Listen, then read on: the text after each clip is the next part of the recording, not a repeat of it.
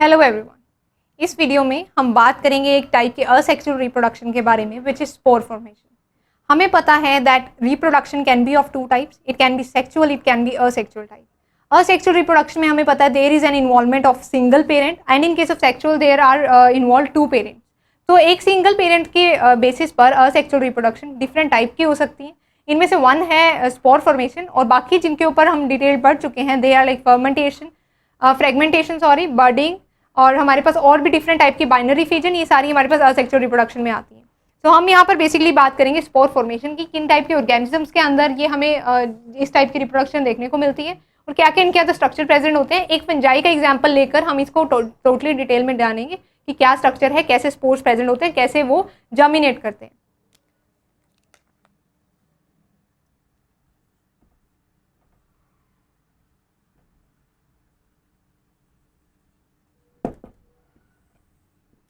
तो spore formation में हमारे पास क्या है? स्पोर फॉर्मेशन हमारे पास एक टाइप के स्पोर्स जो हैं ये रेजिस्टेंट स्ट्रक्चर्स होते हैं।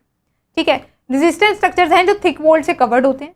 ठीक, इनके अंदर सेल्स प्रेजेंट होते हैं जो फर्दर ग्रो कर सकते हैं। स्पोर्स की जो थिक वॉल है वो उन्हें क्या हेल्प करती है, वो इन्हें अनफेवरेबल कंडीशंस को क्या है उससे जाने में, उसमें कॉप अप करने में हेल्प आउट करती है। तो अनफेवरेबल कंडीशंस में ये स्ट्रक्चर्स हैं वो बनते हैं और जैसे ही इन्हें फेवरेबल कंडीशन मिलती है ये जो स्पोर्स हैं वो जर्मिनेट कर जाते हैं। तो ये स्पोर्स बेसिकली क्या होते हैं? They are thick walled structures.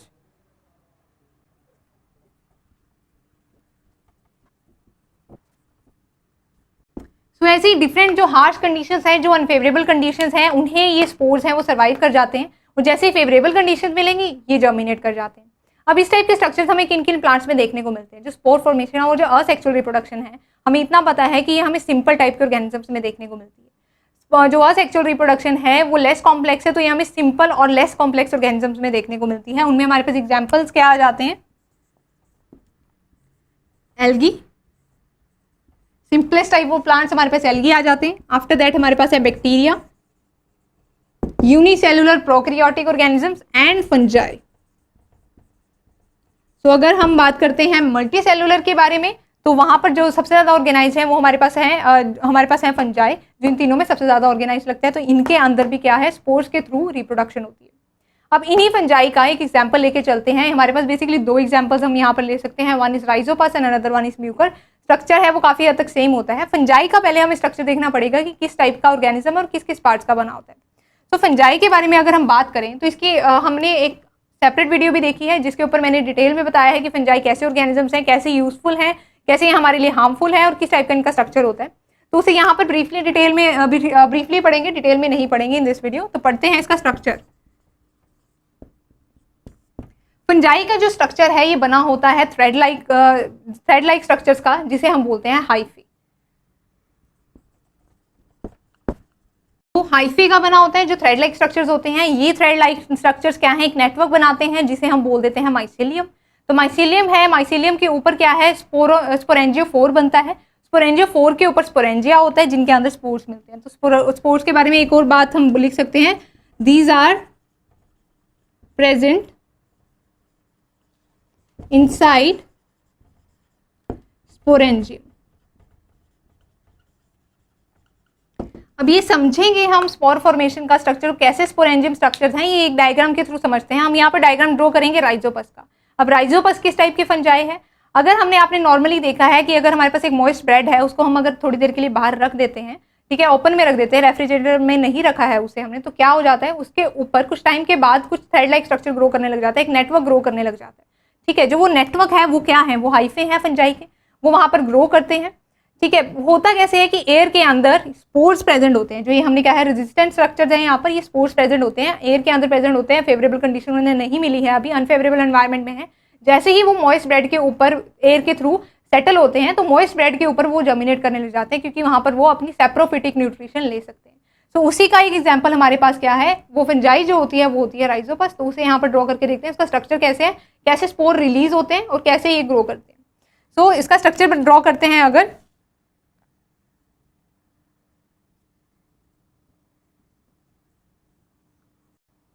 कुछ इस टाइप का स्ट्रक्चर होता है। ठीक है, इसके अंदर हमारे पास यहाँ पे डिफरेंट न्यूक्लियाई प्रेजेंट होते हैं डिपेंडिंग की किस टाइप की इनके सेप्टा है।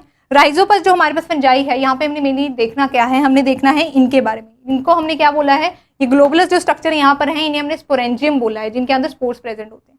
तो ये हमारे पास बेसिकली हाइफा हो जाएगा, ये हमारे पास हाइफी हो जाता है, और ये डिफरेंट हाइफीज हैं जो इससे निकल रहे हैं, ठीक है। और ये हमारे पास है स्पोरेंजियोफोर, जिसके ऊपर स्पोरेंजियम हमारे पास प्रेजेंट होता है। अब देखना है प्रोसेस कैसा होता है। सेल डिवाइड करते हैं और इसके अंदर स्पोरेंजियम के अंदर क्या है, डिफरेंट स्पोर्स बन जाते हैं। अब स्पोर्स हैं वो कैसे रिलीज होंगे, वो रिलीज होंगे by bursting of cell membrane. जो इसकी स्पोरेंजियम की जो मेम्ब्रेन है, आउटर कवरिंग है, इस मेम्ब्रेन की बर्स्ट होने के बाद, इसके क्या है ब्रेकडाउन होने के बाद स्पोर्स है वो रिलीज होंगे। तो स्पोर्स अगर हम दोनों स्टेजेस इन दोनों स्पोरेंजियम में दिखाने की कोशिश करेंगे, जैसे इसके अंदर डिफरेंट स्पोर्स पड़े, स्पोरेंजियम के अंदर डिफरेंट स्पोर्स पड़े हैं, ठीक है, मैच्योर हो चुके हैं, टोटली डेवलप्ड हो चुके हैं स्पोर्स, और काफी ज्यादा नंबर में हो जाते हैं। तो ये क्या होगा, स्पोरेंजियम की जो है वॉल है, जो इसकी कवरिंग है, वो क्या होगी, वो यहाँ से ब्रेक हो जाएगी और उससे ये रिलीज हो जाएंगे, ठीक है। वैसे ही जैसे पॉलन ग्रेन रिलीज होती है फ्रॉम एंथर, तो ये स्पोरेंजियम है, अब क्या है यहाँ पर बर्स्ट हो जाएगा।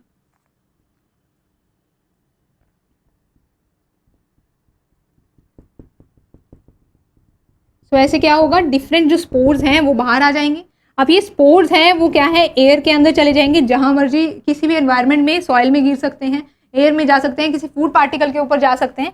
तो ये जो हमारे पास स्पोर्स हैं, ये जब फेवरेबल कंडीशन में आ जाएंगे, मतलब जब ये सेप्रोफिटिक मोड ऑफ न्यूट्रिशन को फॉलो करवा सकते हैं, वहाँ पर्टिकुलर एरिया में इन्हें सेप्रोफिटिक मोड ऑफ न्यूट्रिशन मिल जाएगी, तो जैसे ही इन्हें फेवरेबल एनवायरनमेंट मिलेगा, ये जर्मिनेट कर जाएंगे और नया क्या है, फंजाई बना देंगे। तो ये है कि कैसे, ये हमारे पास एग्जाम्पल किसका लिया है हमने, राइजोपस का, ठीक है। राइजोपस है हमारे पास, म्यूकर है, ऐसे डिफरेंट हमारे पास फंजाई हैं जो कि स्पोर फॉर्मेशन के मेथड के थ्रू ही क्या है, रिप्रोड्यूस करते हैं। तो ये है बेसिकली हमारे पास कि स्पोर फॉर्मेशन होता क्या है। ये एक बड़ा सिंपल टॉपिक है, इसे एक बार हम रिवाइज कर लेते हैं। जो स्पोर फॉर्मेशन है उसके अंदर हमने मेन बात की है कि स्पोर क्या है, स्पोर्स हैं वो रेजिस्टेंट स्ट्रक्चर्स हैं, थिक वॉल्ड स्ट्रक्चर्स हैं। इनके अंदर क्या है, ये अनफेवरेबल कंडीशंस को क्या है टैकल करने के लिए, किसी भी प्लांट है वो अनफेवरेबल कंडीशन में सर्वाइव कर सके, उसलिए स्ट्रक्चर्स बने होते हैं। अनफेवरेबल कंडीशन में ये स्ट्रक्चर्स हैं वो क्या है, प्लांट जो भी पेरेंट बॉडी है उसे छोड़कर अगर वो स्पोरेंजियम से बाहर आ जाते हैं, बाहर आकर क्या है, जब तक उन्हें फेवरेबल कंडीशन नहीं मिलती है, ये स्ट्रक्चर्स जर्मिनेट नहीं करते हैं और नया जो है फंजाई नहीं बनाते हैं या डिफरेंट ऑर्गेनिजम्स नहीं बनाते हैं। तो ये इस टाइप की जो स्पोर फॉर्मेशन का मेथड है हमने देखा है एल्गी में, बैक्टीरिया में और फंजाई में। हमने यहाँ पर डिस्कस किया अबाउट फंजाई में ये कैसे काम करता है। फंजाई में हमने देखा है कि थ्रेड लाइक स्ट्रक्चर्स होते हैं, जैसे हाइफा हमने कहा है, और हमने कहा है कि फेवरेबल कंडीशन, जैसे कि मॉइस्ट ब्रेड की अगर फेवरेबल कंडीशन इन स्पोर्स को मिल जाती है तो जर्मिनेट करेंगे, ठीक है। तो ऐसे ही क्या होगा, एक मैट बनेगा, ऐसे ही डिफरेंट हाइफास का एक पूरा नेटवर्क बन जाता है मॉइस्ट ब्रेड के ऊपर, उसके ऊपर क्या हमें दिख जाते हैं, स्पोरेंजियम दिख जाते हैं, ठीक है। धीरे धीरे ये नेटवर्क है, इसका कलर बदलता रहता है, जैसे स्पोरेंजियम बर्स्ट हो जाते हैं, स्पोर्स बाहर निकल जाते हैं तो ब्लैक हो जाता है, ठीक है। तो ये जो स्पोर्स है हमारे पास स्पोरेंजियम है, ये बर्स्ट करेंगे, इनके अंदर से स्पोर्स बाहर निकलेंगे। स्पोर्स हैं by the method of air और या फिर वाटर में या सॉइल के थ्रू ये different particles, different food particles को कंटेमिनेट कर सकते हैं और वहाँ से अपना सेप्रोफिटिक मोड ऑफ न्यूट्रिशन ये ले लेते हैं। तो ये क्या है, डिफरेंट ऑर्गेनिजम्स के ऊपर ग्रो करते हैं, डेड और डिकेइंग ऑर्गेनिक मैटर के ऊपर, क्योंकि फंजाई है तो अगर ये इन्हें फेवरेबल कंडीशन मिल जाती है तो ये स्पोर्स हैं वो वहाँ पर ग्रो कर जाते हैं, बट अनफेवरेबल कंडीशंस को क्या है, ये ओवरकम कर जाते हैं। तो ये है ऑल अबाउट स्पोर फॉर्मेशन। ऐसे ही डिफरेंट टॉपिक्स के लिए अगर अभी तक आपने रजिस्टर नहीं किया है हमारे वेब पोर्टल पर whichIsabhyasonline.in, वहाँ पर जाइए, खुद को रजिस्टर कीजिए और ऐसे ही डिफरेंट कंसेप्ट्स के ऊपर वहाँ मिलेंगे आपको प्रॉपर नोट्स, उन पर वीडियोस अवेलेबल हैं। उन वीडियोस को देखकर, उन नोट्स को पढ़कर आप अपने डाउट क्लियर कीजिए। डाउट क्लियर करने के बाद आपको उन पर देने होंगे टेस्ट। उन टेस्ट को देने के बाद आपको एक प्रॉपर एनालिसिस मिलेगी, आपको पता लगेगा अपने वीक एरियाज के बारे में, स्ट्रॉन्ग एरियाज के बारे में और मॉडरेट एरियाज के बारे में। अगर आप पर्टिकुलरली अपने वीक एरियाज और मॉडरेट एरियाज पर काम कर लेते हैं तो ऑटोमेटिकली आप किसी भी कॉम्पिटिटिव एग्जाम में और एनी अनदर एग्जाम में अच्छा स्कोर कर पाएंगे। तो अगर अभी तक आपने रजिस्टर नहीं किया है तो अभी रजिस्टर कीजिए हमारे वेब पोर्टल पर whichIsabhyasonline.in।